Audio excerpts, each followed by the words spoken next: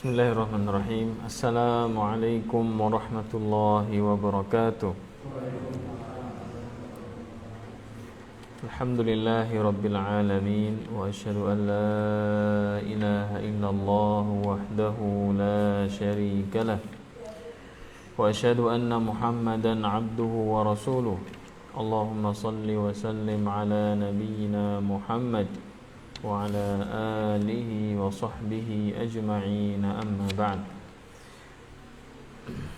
Ma'asyiral muslimin, jamaah kaum muslimin yang dirahmati Allah Subhanahu wa taala.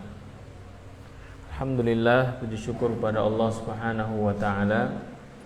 Di malam yang berbahagia ini kembali Allah Subhanahu wa taala memberikan taufiknya kepada kita untuk menghadiri majelis ilmu dan menuntut ilmu,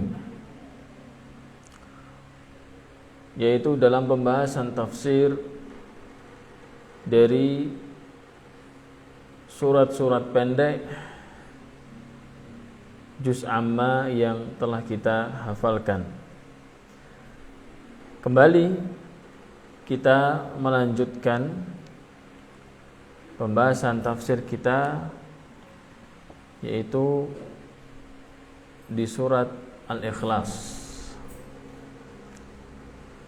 Ma'asyiral muslimin rahimani wa rahimakumullah, surat Al-Ikhlas adalah salah satu surat favorit bagi kalangan muslimin, entah itu bapak-bapak, anak muda, anak kecil, semuanya. Dan ternyata surat ini memiliki fadilah, keutamaan,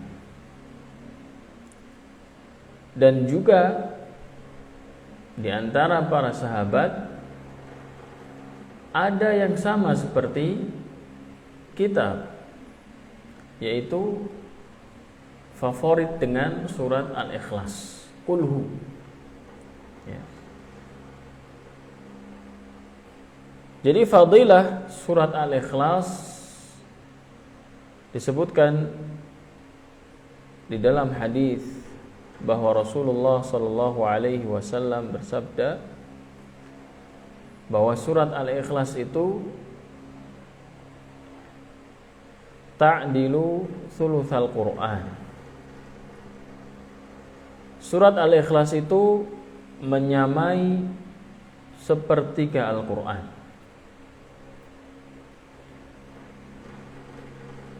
Karena fadilahnya begitu besar dan kandungannya begitu besar. Di dalam surat Al-Ikhlas dijelaskan oleh para ulama bahwa surat Al-Ikhlas mengandung tauhid kepada Allah Subhanahu wa taala.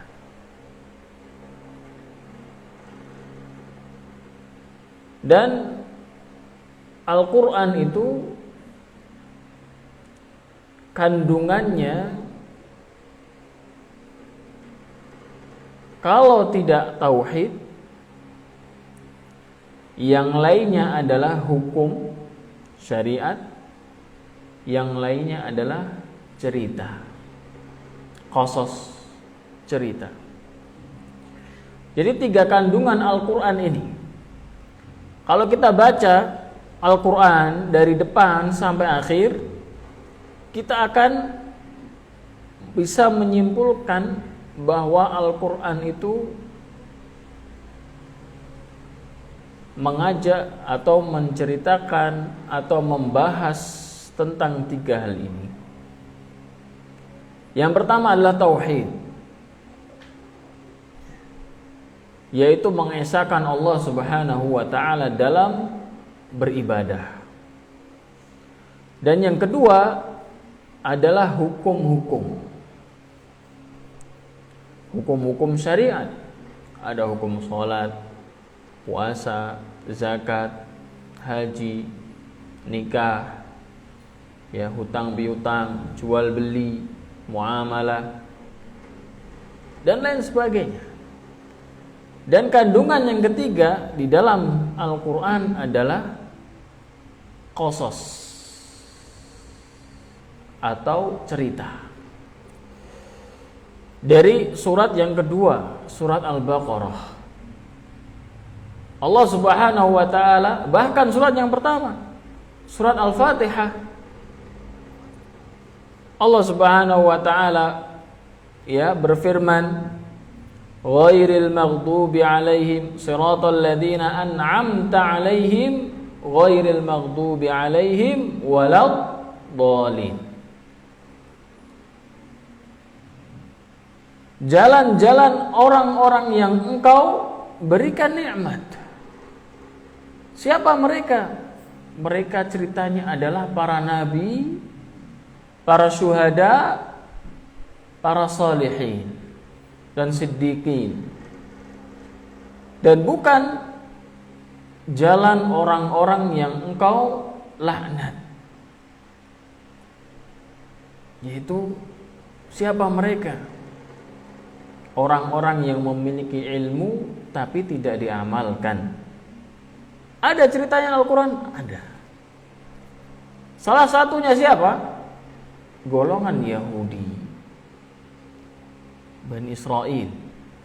Waladdallin, dan bukan orang-orang yang engkau murkai. Siapa mereka? Tidak memiliki ilmu tapi beramal, tersesat.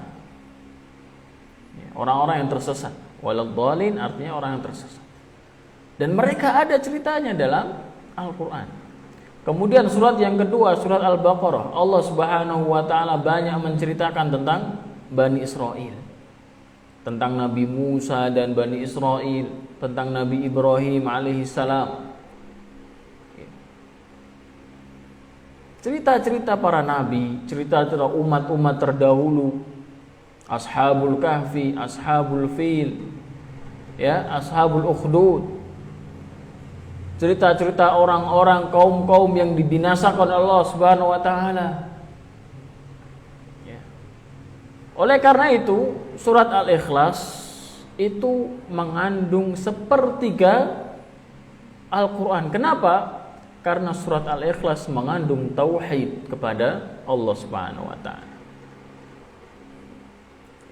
Ta'dilu thulutsal Qur'an.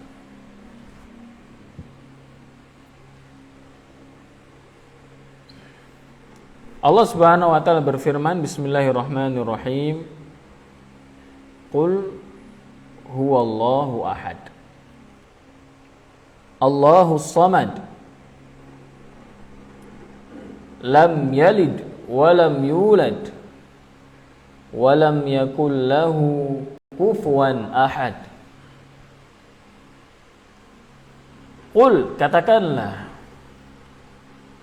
wahai Nabi Muhammad sallallahu alaihi wasallam, huwallahu ahad, dialah Allah ahad, yang maha esa, yang maha satu.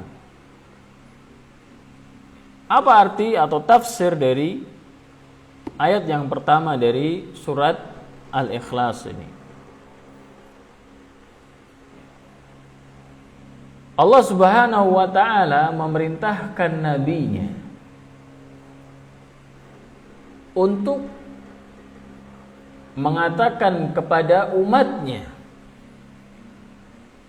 Qul, katakanlah wahai Muhammad. Yaitu Allah sedang memerintahkan Nabi Muhammad, katakanlah kepada umatmu, kepada para pengikutmu, atau kepada orang-orang kaum musyrikin yang tidak mau beriman dengan engkau. Katakanlah bahwa Allah Subhanahu wa ta'ala ahad. Artinya huwallahul mutafarridu bil uluhiyah war rububiyyati wal asma'i was sifat. Artinya ahad, esa, itu bukan tunggal wujudnya saja, bukan tunggal zatnya saja, tapi Allah Subhanahu wa ta'ala adalah zat yang berhak disembah. Jadi bukan hanya dimaksudkan ahad adalah zatnya Allah satu, tidak. Tapi maksudnya adalah menyembah hanya kepada Allah. Jelas Allah hanya satu. Tapi beribadah hanya milik Allah. Uluhiyah, namanya tauhidul uluhiyah, yaitu mengesahkan Allah Subhanahu wa ta'ala dalam masalah beribadah. Menyembah, berdoa, meminta, cinta, takut, tawakal, rasa berharap, rasa cemas, menyembelih, mempersembahkan sesembahan itu hanya kepada Allah. Karena itu semuanya adalah ibadah. Jadi Allah Subhanahu wa ta'ala ahad dalam uluhiyahnya. Allah Subhanahu wa ta'ala tunggal, esa dalam ibadah, dalam masalah peribadahan. Artinya kita semuanya beribadah hanya kepada Allah.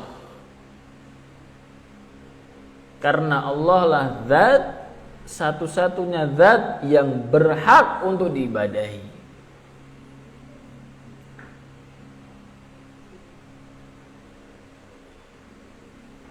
Dzalika bi anna Allah huwal haqq wa annama yad'una min dunihi huwal batil. Dan katakanlah bahwa Allah adalah al-haq, yang benar untuk diibadahi. Wa annama yad'una min dunihi huwal batil. Dan apa-apa yang mereka sembah selain Allah adalah kebatilan. Tidak hak, tidak benar sesembahan mereka. Jadi yang dimaksudkan ahad adalah Allah Subhanahu wa ta'ala esa dalam masalah uluhiyah, peribadahan. Artinya apa? Kita hanya beribadah hanya kepada Allah. Tidak boleh memberikan ibadah kepada selain Allah. Berikan ibadah hanya kepada Allah Subhanahu wa ta'ala. Itu namanya mengesahkan Allah. Kita meyakini kul huwallahu ahad. Kita hanya beribadah kepada Allah Subhanahu wa ta'ala. Dan juga Allah esa dalam masalah rububiyah. Rububiyah artinya bahwa Allah Subhanahu wa ta'ala lah yang menciptakan alam semesta ini, yang bisa memberikan rizki, yang bisa memberikan manfaat, yang bisa menolak madharat, kejelekan, yang bisa menyembuhkan, menghidupkan dan mematikan.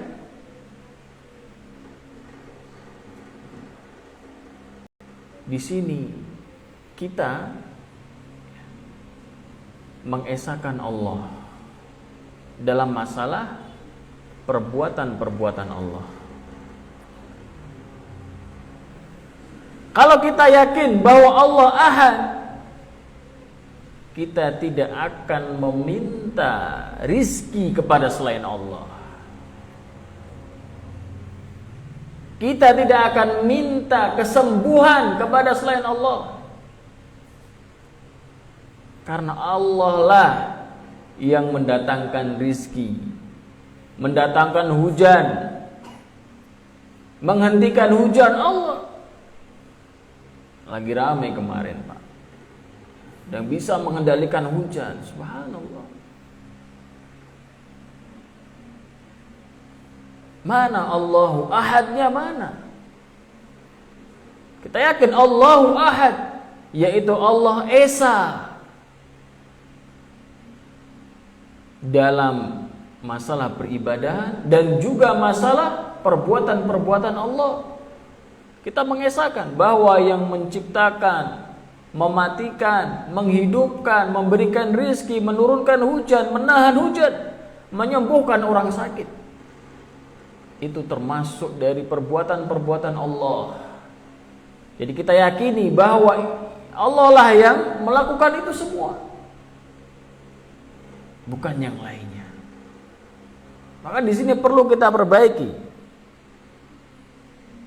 Terkadang kita lupa atau tidak sadar, banyak dari kita menggantungkan harapan kepada selain Allah Subhanahu wa taala, atau beribadah kepada selain Allah Subhanahu wa taala karena belum tahu mungkin. Maka qul huwallahu ahad, katakanlah dialah Allah yang Maha Esa. Esa dalam masalah peribadahan, esa dalam masalah rububiyah atau perbuatan Allah Subhanahu wa taala. Dan juga Allah Esa dalam asma dan sifat Allah Subhanahu wa taala. Artinya apa? Kita meyakini bahwa laisa kamitslihi syai'un wa huwas samiul basir. Tidak ada yang serupa dengan Allah. Tidak ada yang serupa, Pak. Tidak boleh kita menyerupakan Allah dengan makhluk. Karena tidak ada yang serupa dengan Allah Subhanahu wa taala.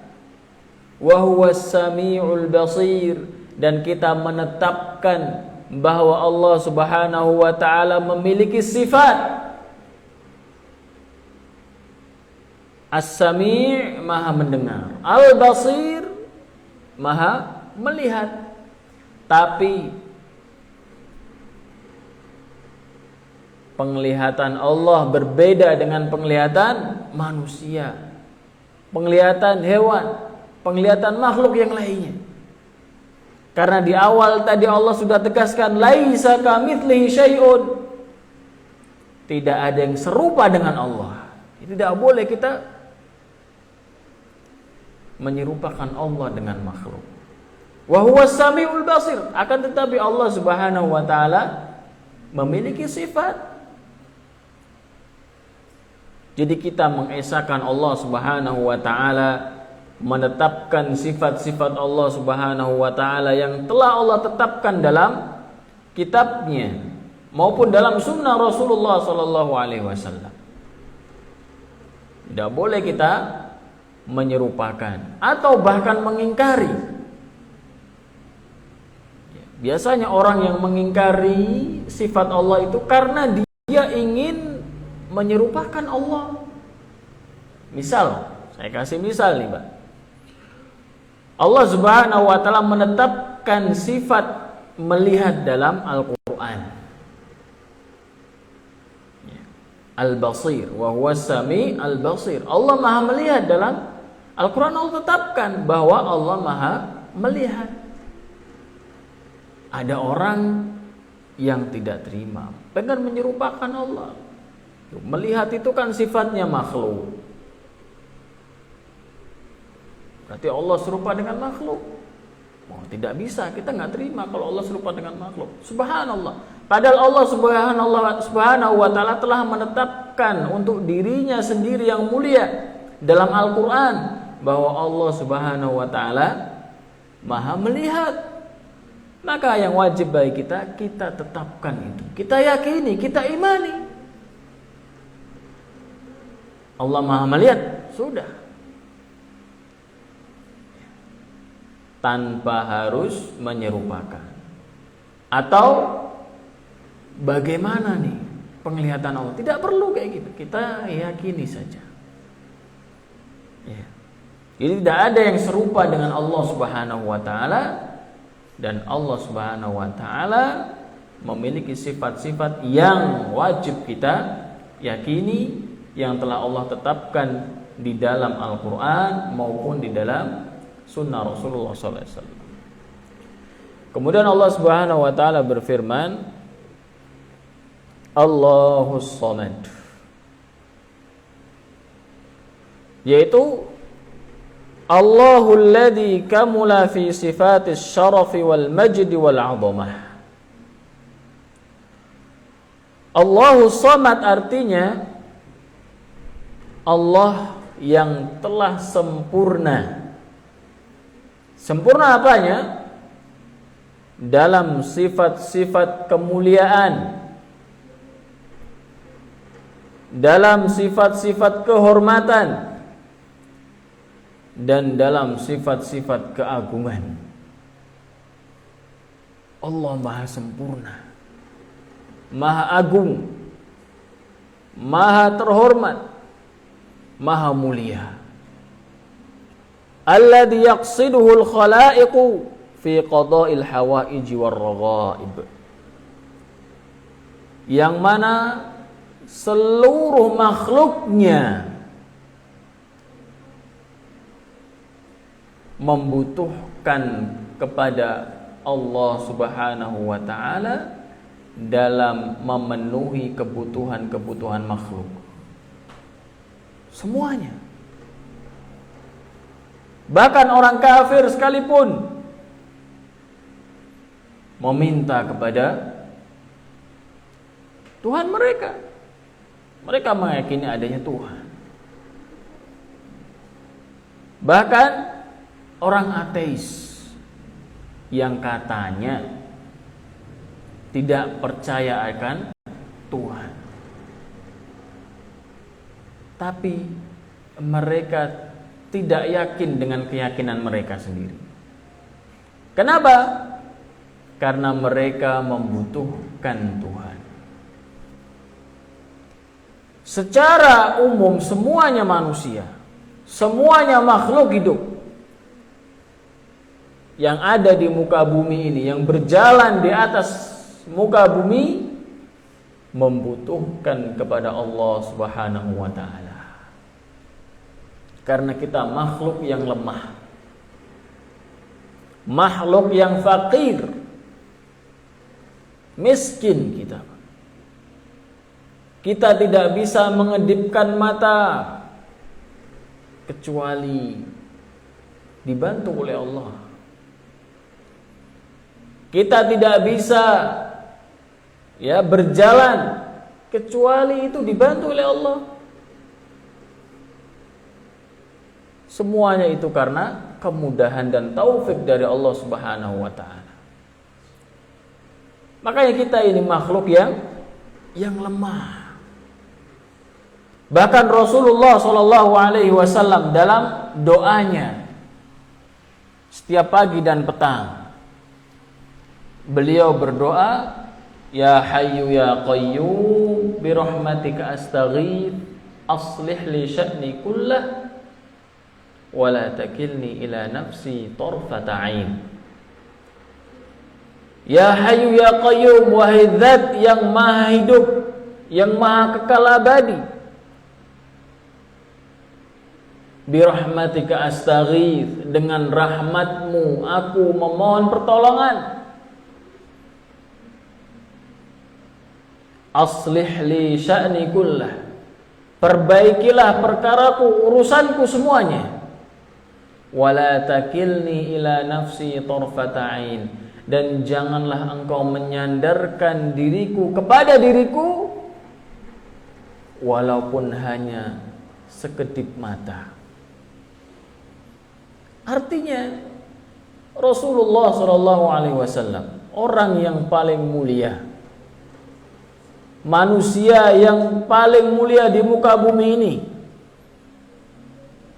beliau tidak bisa menyandarkan diri beliau kepada diri beliau sendiri walaupun hanya sekedip mata. walaupun hanya sekedip mata. Karena sekedip mata itu adalah taufik dari Allah, kemudahan dari Allah. Lantas apakah pantas oleh seseorang yang tidak bisa mengedipkan mata kecuali dibantu oleh Allah, dia sombong, tidak mau beribadah kepada Allah? Pantaskah orang seperti ini?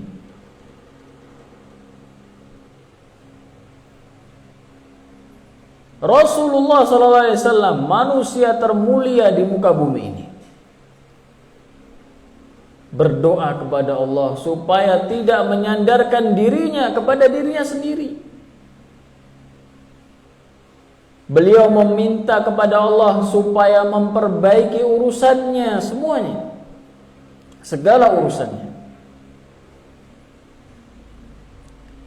Karena yang memberikan kemudahan, yang memperbaiki urusan, yang memberikan kemudahan hanyalah Allah Subhanahu wa ta'ala.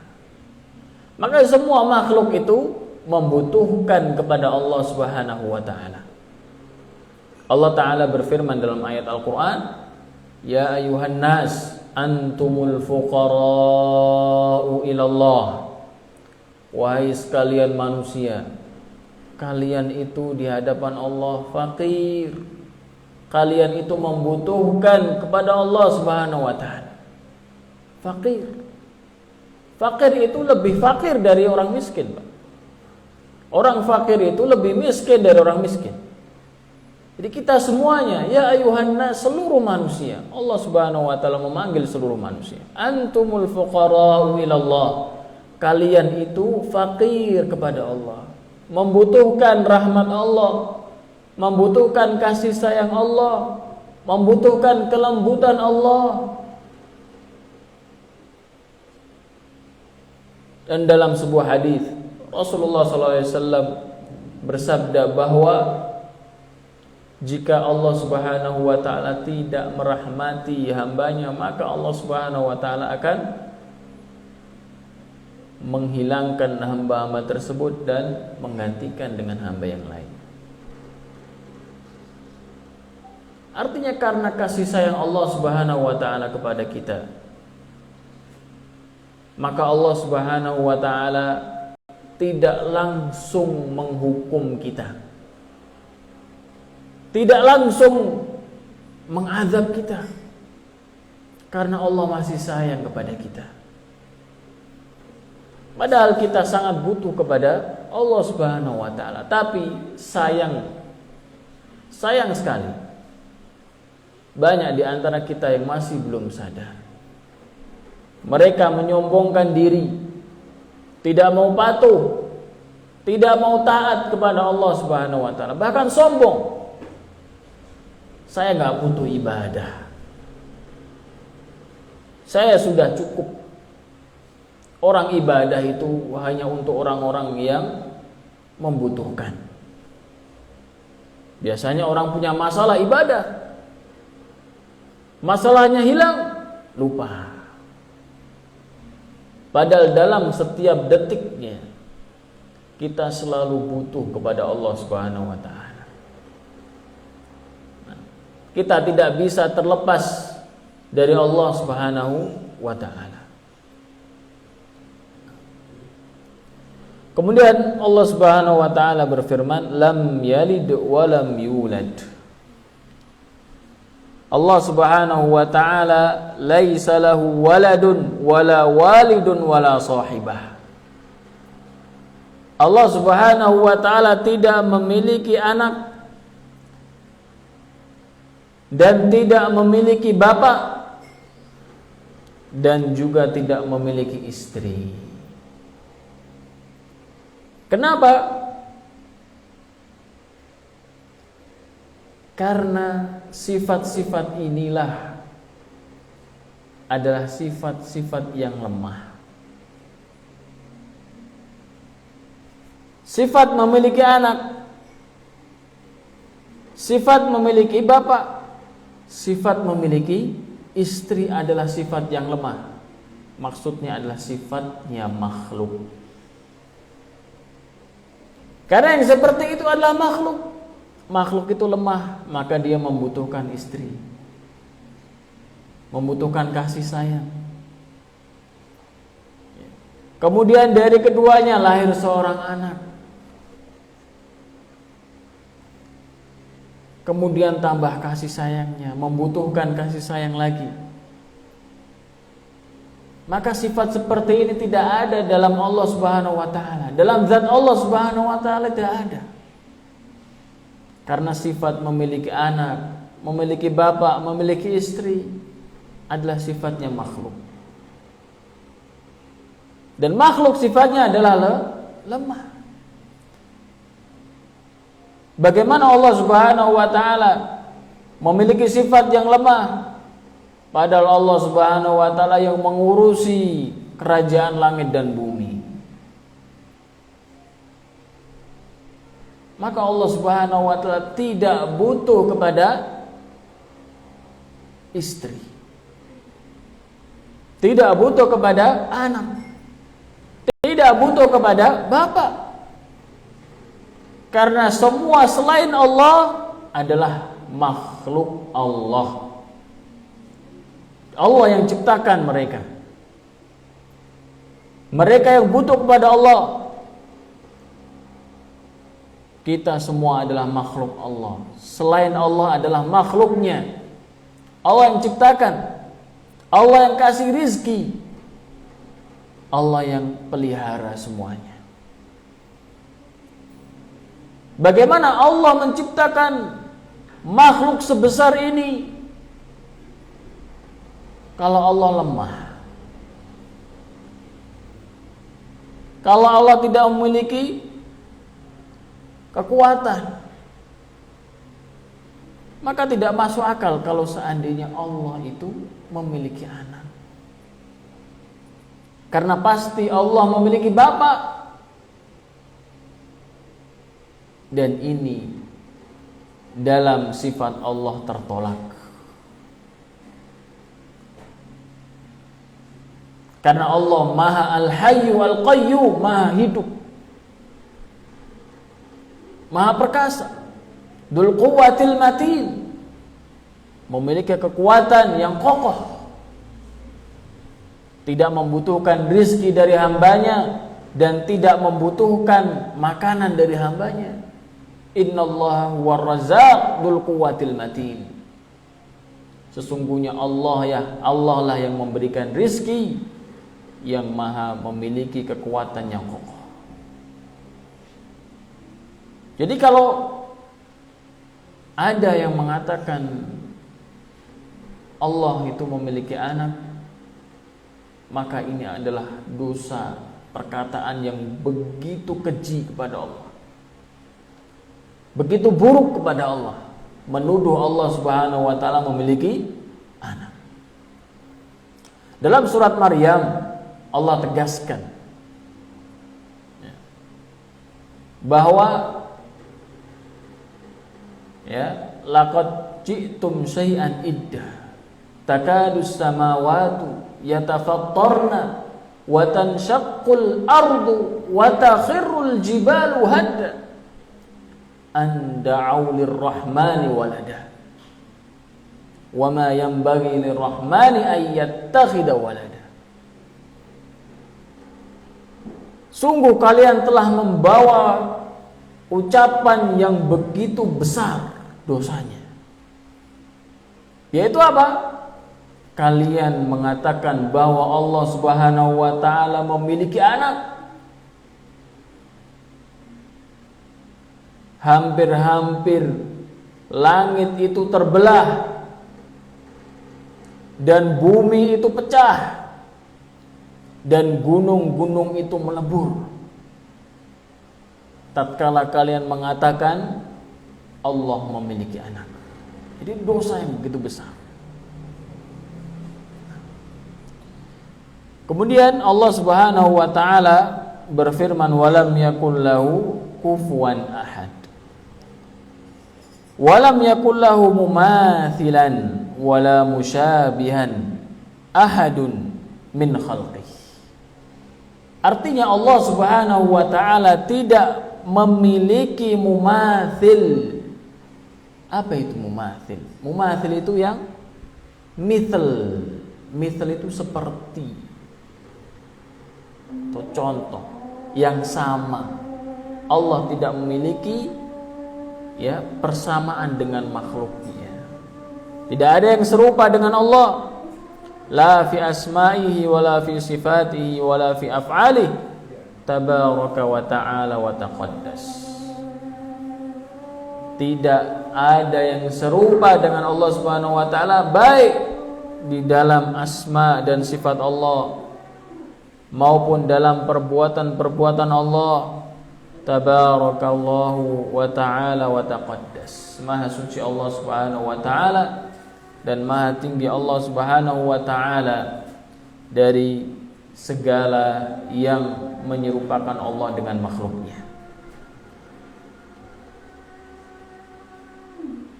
Wallahu ta'ala alam. Waktu sudah masuk Isya. Semoga apa yang disampaikan pada malam hari ini bisa menjadi pengingat bagi kita dan menambahkan faedah bagi kita semuanya, menambahkan ilmu dan amalan kita. Kita mohon kepada Allah Subhanahu wa taala supaya Allah Subhanahu wa taala memberikan kita ilmu yang bermanfaat dan memberikan kita amal yang saleh. Innahu waliyun dzalika wal qadiru alaihi. Sallallahu ala nabiyyina Muhammadin wa ala alihi wa sahbihi wa sallam. Subhanakallahumma bihamdika asyhadu an la ilaha illa anta astaghfiruka wa atubu ilaik. Wassalamu alaikum warahmatullahi wabarakatuh.